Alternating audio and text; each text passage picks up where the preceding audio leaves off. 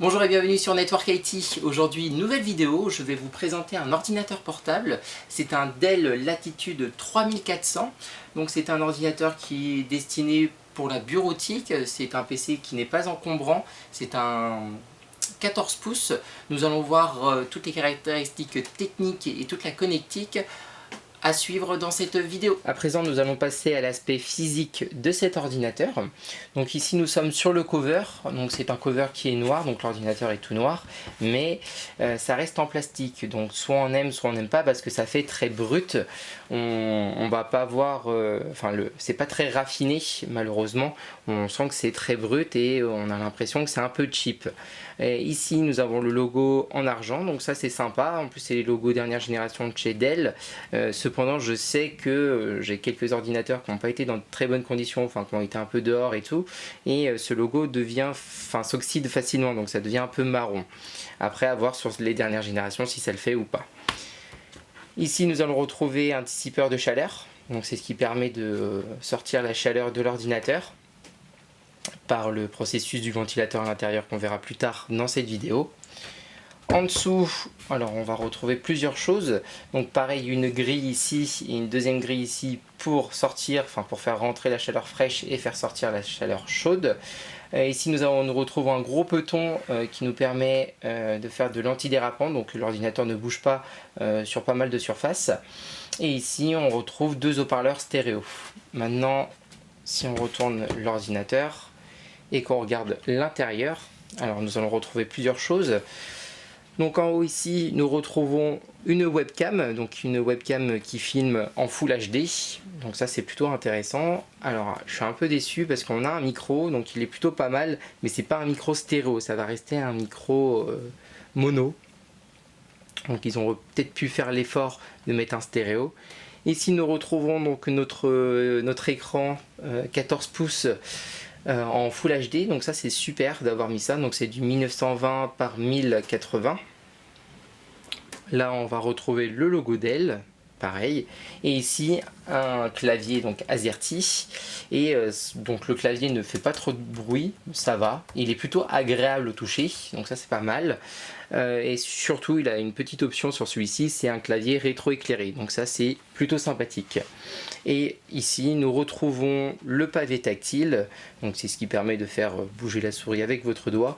Moi j'en suis un petit peu déçu, il n'est pas super réactif et surtout qu'il n'est pas très grand, je le trouve un peu petit comparé à ses concurrents chez HP pour cet ordinateur. Donc maintenant nous allons passer au connectiques de l'ordinateur. À présent on se retrouve sur la face gauche de cet ordinateur pour voir les connectiques de celui-ci. Ici nous retrouvons une prise d'alimentation permettant donc d'alimenter l'ordinateur et de recharger la batterie de 65 watts et de 19,5 volts et 3,34 ampères. Ici on va retrouver une technologie qui va être super intéressante, ça va être l'USB type C. Donc grâce à celui-ci on va aussi pouvoir recharger l'ordinateur si on va avoir une station WD15 ou une W19, donc des stations d'accueil fournies par Dell.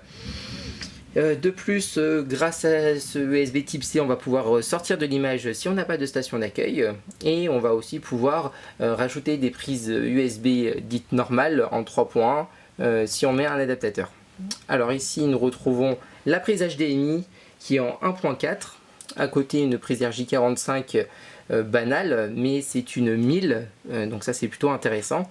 Et là nous retrouvons deux ports USB, donc 3.1, mais celui-ci, ce qui est pas mal, c'est qu'il a une technologie PowerShare permettant d'alimenter ou de recharger je sais pas, votre GoPro, votre appareil photo.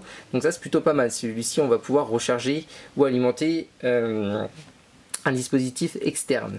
Et là nous retrouvons une prise de jack 3,5 mm permettant de faire du stéréo sur des enceintes, et aussi on peut mettre un casque avec un micro, celui-ci va pouvoir fonctionner. On se retrouve sur la face droite. Donc là on est sur l'autre face de cet ordinateur, donc nous avons un peu de connectique. Ici donc ça va être pour l'antivol, si jamais vous avez des antivols sur vos bureaux, ce PC le permet.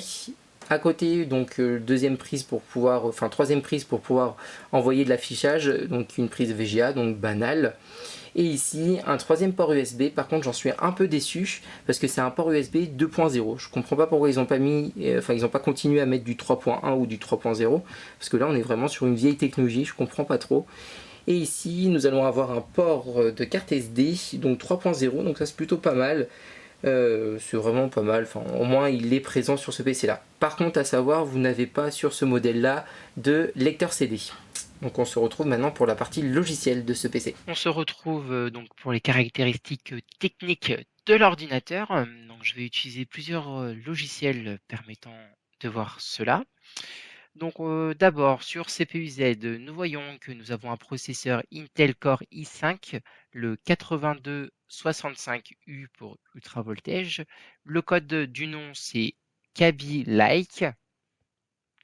Alors ça va être le processeur le plus gros, le plus puissant que nous allons retrouver sur cette gamme. Alors sur la gamme Latitude 3400, nous n'allons pas avoir de Core i7 et encore moins de Core i9. Donc c'est un peu décevant. Mais bon, pour faire juste de la bureautique, c'est amplement suffisant. Donc ce processeur est plutôt pas mal pour l'ordinateur. On est en socket 1356 et nous allons retrouver 6 mégas cache. Maintenant, nous allons continuer. Donc ici, on est toujours sur le cache et ce processeur permet d'avoir 4 processeurs physiques et 4 processeurs logiques. Donc on est sur 8 threads. Ici, donc la carte mère, ça va être une carte mère Dell, le BIOS aussi, avec un chipset Intel. Pour la mémoire, nous sommes à 8 Go de RAM. Donc c'est pareil, ça va être le maximum que vous allez pouvoir trouver sur l'ordinateur. Donc là, rien. Pour la carte graphique, nous allons passer sur GPU-Z. Alors, ici, nous retrouvons une carte graphique. Enfin, je dis carte graphique, mais non, c'est un chipset graphique. C'est un Intel UHD graphique 620. Il est plutôt intéressant, il est plutôt pas mal. On va pouvoir jouer à Counter-Strike sans problème, mais vous allez voir que sur Just Cause 5, eh bien, c'est tout bonnement pas possible. On va voir les graphismes qui vont laguer et tout. C'est pas du tout fait pour. C'est vraiment un ordinateur destiné pour de la bureautique, pour pouvoir faire du Word et de l'Excel et un tout petit peu de jeu, mais vraiment des jeux très légers. Après, ici, vous voyez toutes les différentes informations sur cette carte graphique. Donc, on va avoir de la mémoire RAM, donc de la GDDR4. Donc, ça, c'est plutôt pas mal. Nous avons un bus en 64 bits, c'est très bien aussi. Et nous avons plusieurs fréquences de disponibles. Nous avons 300 MHz et ça va jusqu'à 110 MHz en boost et la mémoire va jusqu'à 1200 MHz. Voilà. Maintenant, nous allons passer à tout ce qui va être mémoire, donc le SSD, voir les différents benches que celui-ci nous propose et voir quel SSD qu'il y a à l'intérieur. À présent, on se retrouve sur deux logiciels différents. Donc, sur le logiciel de droite, nous allons pouvoir voir les différentes caractéristiques de ce SSD. Donc, c'est un Toshiba en 256 Go. On aurait peut-être aimé un peu plus vu que c'est un ordinateur bureautique, donc on va avoir tendance à peut-être stocker des fichiers sur l'ordinateur. Mais c'est un très bon SSD que nous avons là. Ils nous ont pas mis de l'entrée de gamme, on est plutôt sur un SSD haut de gamme. Donc ce qui est plutôt pas mal, c'est que en lecture, nous sommes à 2264 et en écriture, on est à 1251. Donc ce qui n'est pas négligeable. On est vraiment sur des performances assez élevées. Donc ça, c'est plutôt pas mal. Quand vous allez avoir l'ordinateur entre les mains, vous allez tout de suite sentir cette rapidité. Le mélange du Core i5, des 8 Go de RAM et du SSD. On est vraiment la configuration la plus grosse qui est disponible sur le site de Dell, sur celui-ci que je vous présente. Et on sent qu'il est très réactif. J'ai d'autres PC où je vais peut-être avoir des processeurs un peu plus gros et un peu plus de mémoire RAM, mais avec un SSD peut-être un peu moins performant. Et on sent que ça fait vraiment la différence. Là, vraiment, le SSD va vraiment récupérer toute la puissance de ce PC. Donc maintenant, je vais effectuer un petit test 3D Mark et on se retrouve juste après celui-ci. À présent, le test 3D Mark est terminé. Nous avons un score de 388. Donc voilà, je vous laisse avec ce score qui est très faible. Malheureusement, tout ça à cause du score du graphique, donc 339. Et on n'a pas dépassé les 2,19 pour le premier test en FPS et les 1,97 pareil en FPS.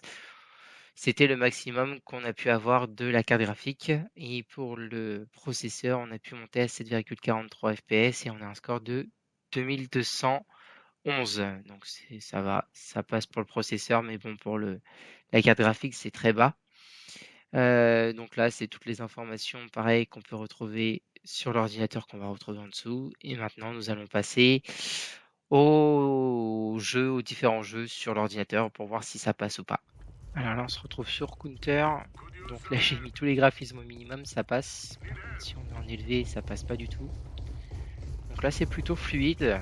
Donc si vous voulez jouer entre deux documents texte ou un truc comme ça passe.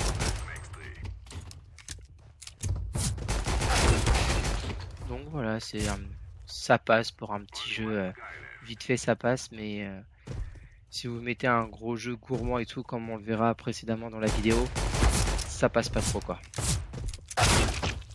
Bah voilà. Alors on va passer à Just Cause. Alors juste pour le délire, hein, j'ai mis Just Cause. Alors voilà quoi. Les graphismes j'ai mis au minimum. J'ai même changé la résolution, j'ai mis juste en HD. Et bah ça galère hein.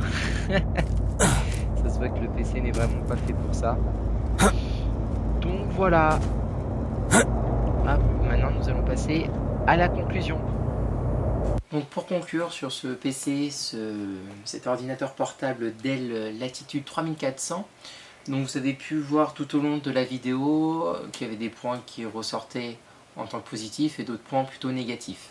Alors malheureusement ça m'arrive rarement, mais là je vais avoir plus de points négatifs que positifs sur ce PC. Donc déjà, ce que j'ai beaucoup aimé sur le PC, ça va être le clavier rétroéclairé. Là c'est pas mal pour un 14 pouces d'avoir ça. Après, ce que j'ai bien aimé, c'est le design. C'est plutôt sobre et tout, il est simple. Et ce qui m'a intéressé vraiment sur ce PC là, c'est qu'il a 800 euros. Vous l'avez sur Dell à 800 euros, enfin 809 euros avec les frais de port, je crois. Donc ça, c'est plutôt intéressant. Après, en point négatif, alors moi, ce qui me pose vraiment souci, c'est vrai qu'il est sobre, il est bien, mais il n'est pas beau. Malheureusement, ça fait très plastique, ça fait très cheap, et puis ça se raye vraiment très vite, il y a facilement nos marques de doigts dessus et tout.